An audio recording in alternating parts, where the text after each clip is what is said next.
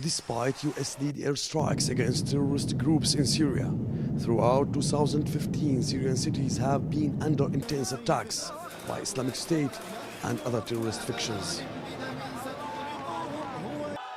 Armed groups are now in control of cities such as Idlib in the north and Palmyra in central Syria. Meanwhile, the whole world watched as large supplies of ammunition and trained fighters poured into the country through the wide northern border between Syria and Turkey. Terrorism destroyed Syria and destroyed all the elements of civilization here.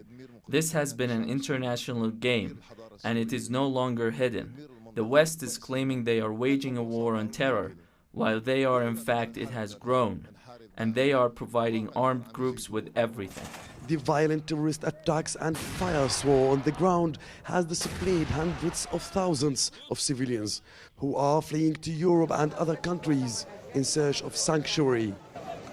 While the world seems to be overwhelmed by the crisis, the largest refugee crisis to be witnessed by humanity since World War II. Turkey played a key role in this conflict by opening its borders without supervision or control, in order to put pressure on the Syrian government. It also shows an attempt by Turkey to fulfill its dream to extend its influence on Syrian territory under the pretext of establishing a buffer zone along its border with Syria. On the 13th of September, Moscow decided to start an air military operation at the request of the Syrian government. Just a month later, the Syrian army, supported by Russian jets, has recovered control of large areas in north and west of Syria. Furthermore, the operations targeted Islamic State fleets of trucks transporting oil into Turkey.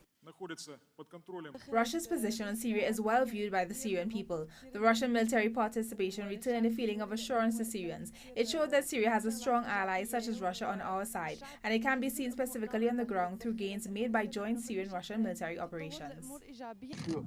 On Tuesday, 24th of November, two Turkish F-16 warplanes shot down a Russian Su-24 jet near the Syrian-Turkish border, which heightened the tensions and anticipated fears of a large-scale war between NATO and Turkey's allies and Russia. Russia reacted to the incident by delivering anti-aircraft system to Syria, reinforced by the deployment of submarines and armored ships. In light of all these events, Syria remains on alert and hoping that the conflict will find a solution sooner than later. Hazim Abdullah, Tirisu, Syria.